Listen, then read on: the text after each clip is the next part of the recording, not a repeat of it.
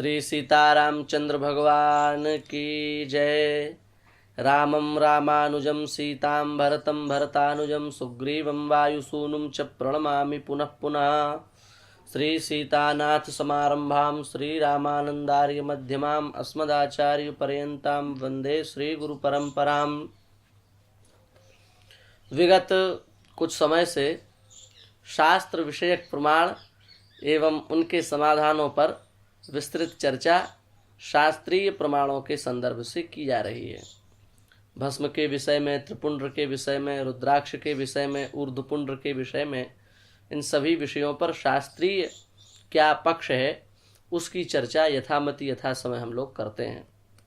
उसी क्रम में संध्या के विषय में भी बहुत से आस्तिक समाज में जो आस्तिक जन है उनका प्रश्न रहता है कि संध्या की क्या महिमा है, संध्या की क्या विधि है, संध्या गायत्री की क्या महिमा है। इन सब विषयों पर संक्षिप्त में थोड़ी सी चर्चा करते हैं। देखो, वेदाः प्रमाणम, वेद परम प्रमाण हैं और उन वेदों में भी संध्या की चर्चा है। पुराणों में तो भगवान व्यास ने विस्तार से चर्चा की ही है। वे कह रहे हैं, संध्या मुपासते ये तु सततम संशित व्रताः विधूत पापास्ते यान्ति ब्रह्मलोकम सनातनम।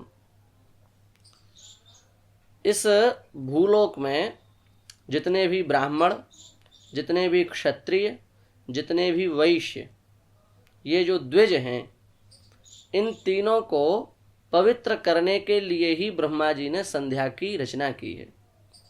ब्राह्मण को, क्षत्रिय को, वैश्य को, इन तीनों को परम पवित्र करने के लिए भगवान ब्रह्मा ने ही संध्या की रचना की। इसलिए कहा गया है कि रात में या दिन में जो भी पाप हमसे अज्ञानवश हो जाते हैं उन सभी पापों का नाश संध्या से हो जाता है। ऐसी संध्या की दिव्य महिमा है। यावन्तोस्याम पृथिव्याम ही विकर्मस्थास्तु वै द्विजाः तेषाम वै पावनार्थाय संध्या सृष्टा स्वयंभुवा। ऐसा याज्ञवल्क्य स्मृति में श्री याज्ञवल्क्य जी महाराज का वचन है। तो इससे यह बात प्रमाणित होती है कि संध्या की शास्त्रों में कितनी अपार महिमा है। और जैसे संध्या की महिमा है वैसी ही गायत्री की भी महिमा है। गायत्री को वेद की माता कहा गया। वेदों की जननी जो है वो गायत्री है। वैसे तो यस्य निश्वसितो वेदाः, भगवान की श्वास ही वेद हैं, पर फिर भी एक मर्यादा की दृष्टि से गायत्री जो है वो वेदों की माता है। इसलिए वेद माता गायत्री की जय ऐसा बोला जाता है। गायत्री को मंत्र कहा गया और मंत्र शब्द का अर्थ होता है जो गुप्त हो। मत्रिगुप्त परिभाषणे धातु से मंत्र शब्द बनता है। इसका तात्पर्य यह है कि उसका उच्चारण नहीं करना चाहिए, उसको गुप्त रखना चाहिए। गोपनीय रखने में ही उसका लाभ है, उसको प्रकाशित करने में लाभ नहीं है। इसलिए आज के समय में गायत्री मंत्र को लाउड स्पीकर पर लगा देते हैं, घरों में लगा देते हैं, बजाते हैं। इससे जो मंत्र का महत्व है, मंत्र का जो रहस्य है, मंत्र का जो प्रभाव है वो नष्ट हो जाता है। इसलिए ऐसा नहीं करना चाहिए। एक पतित व्यक्ति एक ब्राह्मण के पास में आया और कहा कि हमको गायत्री मंत्र सुना दो। वो जानता था कि ये पतित है, इसलिए उन्होंने कहा कि नहीं, हम आपको गायत्री मंत्र नहीं दे सकते हैं। उसने कहा ठीक है, कोई बात नहीं, मत दो, हम तो पढ़ लेंगे कहीं से। तो वो गया, उसने पुस्तक खरीदी, पुस्तक खरीद करके उसमें से गायत्री मंत्र पढ़ लिया और पढ़ करके आया और कहा कि आप हमको कह रहे थे कि गायत्री मंत्र नहीं देंगे, लो हमने गायत्री मंत्र तो पढ़ लिया। तो महात्मा बोले, वो ब्राह्मण बोले कि वो गायत्री मंत्र नहीं है, वो तो अक्षर है। मंत्र वह तभी होगा जब परंपरागत रूप से हम तुम्हें प्रदान करें और तुम अपने कर्ण कुहर के माध्यम से उसको हृदय में सन्निविष्ट करो, तभी उसमें मंत्रत्व का आधान होता है। पुस्तक से देख करके जो तुमने पढ़ लिया वो मंत्र नहीं है, वो तो तुमने कुछ अक्षरों को पढ़ लिया है, उसमें मंत्रत्व है ही नहीं। इससे यह बात सिद्ध होती है कि गायत्री में यदि हम इस प्रकार से उसका खुले में प्रचार प्रसार करते हैं तो उससे मंत्र श्रवण की के जो फल है उस फल की भी प्राप्ति नहीं होती है और हमारा कहीं ना कहीं ह्रास ही होता है, विनाश होता है। इसलिए ऐसा हमको नहीं करना चाहिए। भगवान व्यास गायत्री के मंत्र के महात्म्य को बताते हुए कह रहे हैं, दशवारम जपेनैव नश्येत पापम दिवानिशम। एक बार यदि कोई गायत्री का जप कर ले तो दिन भर के पाप नष्ट हो जाते हैं। सकृत जपश्च गायत्र्याः पापम दिन भवम हरेत। दिन भर में कोई पाप बन जाए हमसे, और यदि हम एक बार गायत्री मंत्र का जप कर लें तो दिन भर के सभी पापों का नाश कर देता है। यदि हम 10 बार गायत्री का जप कर लें तो दिन रात 24 घंटे में हमसे जो पाप बना सब नष्ट हो जाता है। आगे भगवान व्यास कह रहे हैं, शतवारम जपश्चैव पापम मासार्जितम हरेत। यदि 100 बार कोई दिन में गायत्री का जप करे, 100 बार कोई गायत्री माता का जप करे, गायत्री मंत्र का जप करे, तो 1 मास के समस्त पापों का नाश हो जाता है। 100 बार गायत्री के जपने से 1 मास के पाप का नाश हो जाता है। सहस्त्रधा जपश्चैव कल्मषम वत्सरार्जितम। यदि कोई 1000 गायत्री का जप कर ले तो उसके 1 वर्ष के पापों का नाश हो जाता है। 1000 गायत्री का मतलब 10 माला। 10 माला यदि कोई नित्य कर रहा है तो वो अपने वर्ष भर के संपूर्ण पापों को नष्ट कर लेता है, एक दिन 10 माला कर लेने से। नित्य करे तब तो फिर उसकी महिमा ही विलक्षण है। लक्षो जन्म कृतम पापम 10 लक्षोन्य जन्मनम। बहुत विशेष बात है। 1 लाख गायत्री का यदि कोई जप कर ले तो 1 जन्म के पाप का नाश हो जाता है। इस जन्म में जितने भी पाप हमसे बने उन सभी पापों का नाश हो जाता है यदि 1 लाख गायत्री का कोई श्रद्धा पूर्वक जप कर ले। और लिखा है, अनेक जन्मों में जो पाप बने हैं वे सभी पाप नष्ट हो जाते हैं यदि कोई श्रद्धा पूर्वक 10 लाख गायत्री का जप कर ले। अनंतानंत जन्मों की जो संचित पाप राशि है वो समस्त पाप राशि यदि श्रद्धा पूर्वक 10 लाख गायत्री मंत्र का जप कर लिया जाए तो समाप्त हो जाती है। और सर्व जन्म कृतम पापम शतलक्षाद् विनश्यति।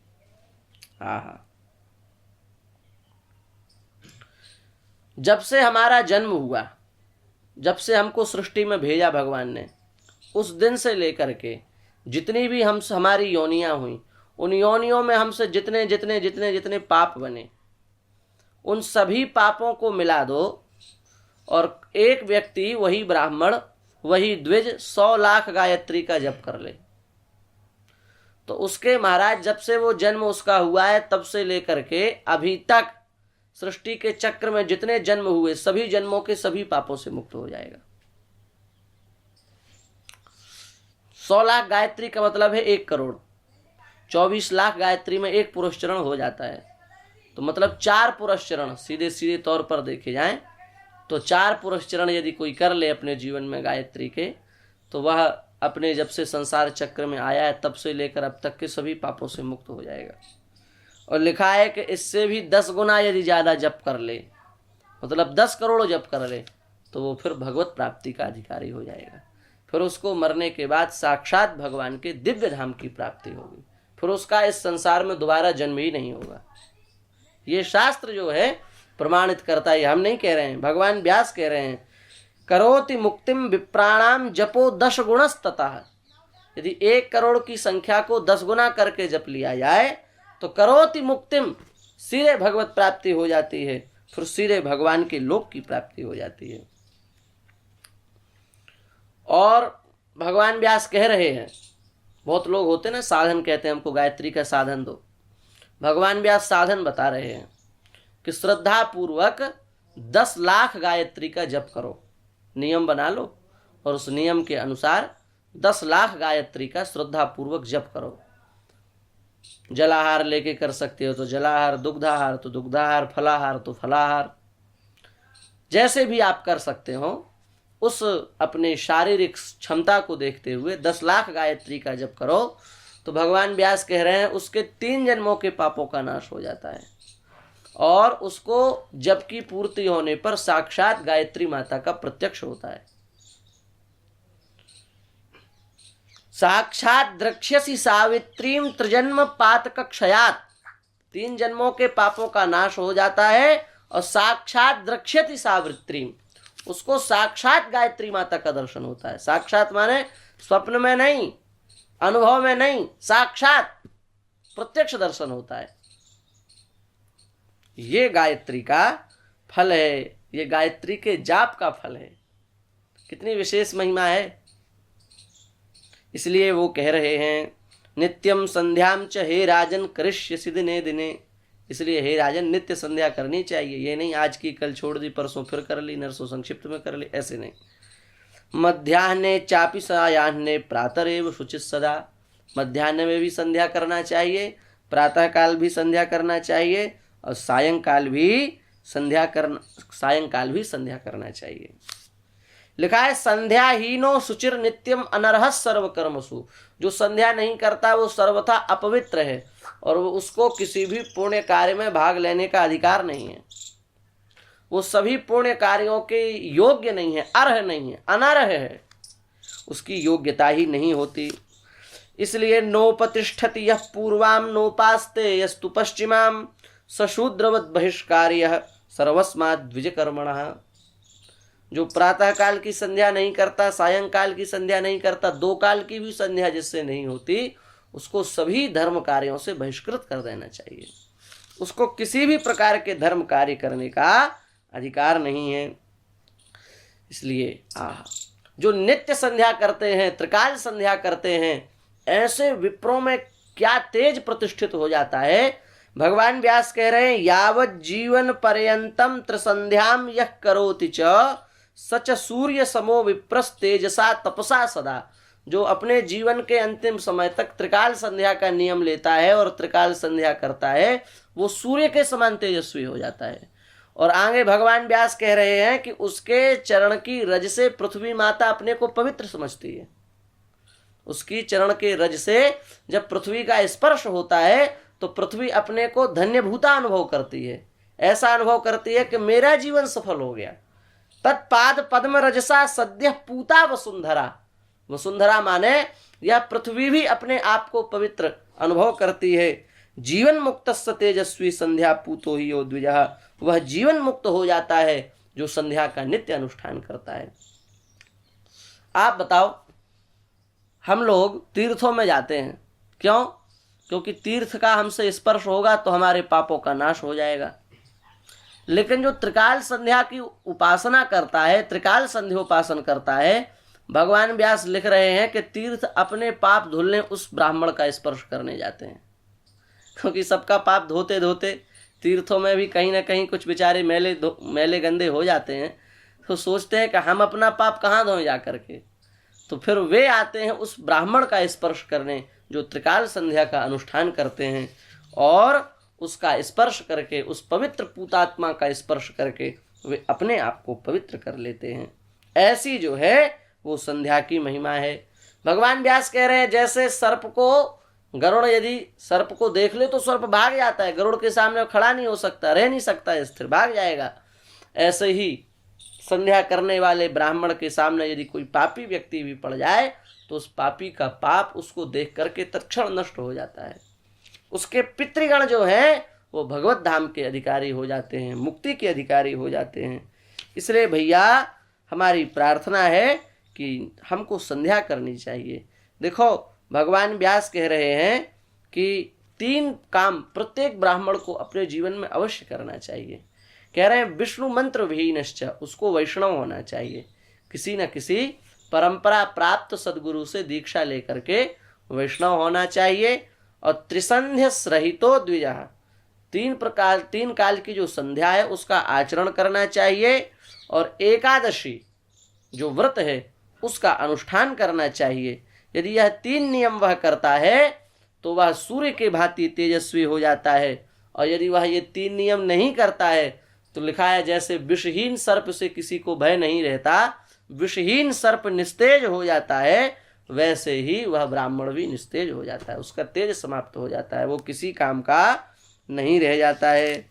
इसलिए इस प्रकार इन बातों से यह सिद्ध होता है कि संध्या की कितनी महिमा है, गायत्री की कितनी महिमा है। इसलिए हम सभी आस्तिकों से ऐसी प्रार्थना करेंगे कि हमारे सनातन धर्म की मर्यादाओं का पालन करते हुए हमको त्रिकाल संध्या, त्रिकाल नहीं होती तो 2 काल की संध्या, 2 काल की नहीं होती तो कम से कम 1 काल की संध्या, नियम की पूर्ति तो करते ही रहना चाहिए। उसी में हम सबका वास्तविक परम हित होगा, उसी से हम सभी लोग भगवत अनुग्रह के अधिकारी होंगे। श्री वृंदावन बिहारी लाल की जय।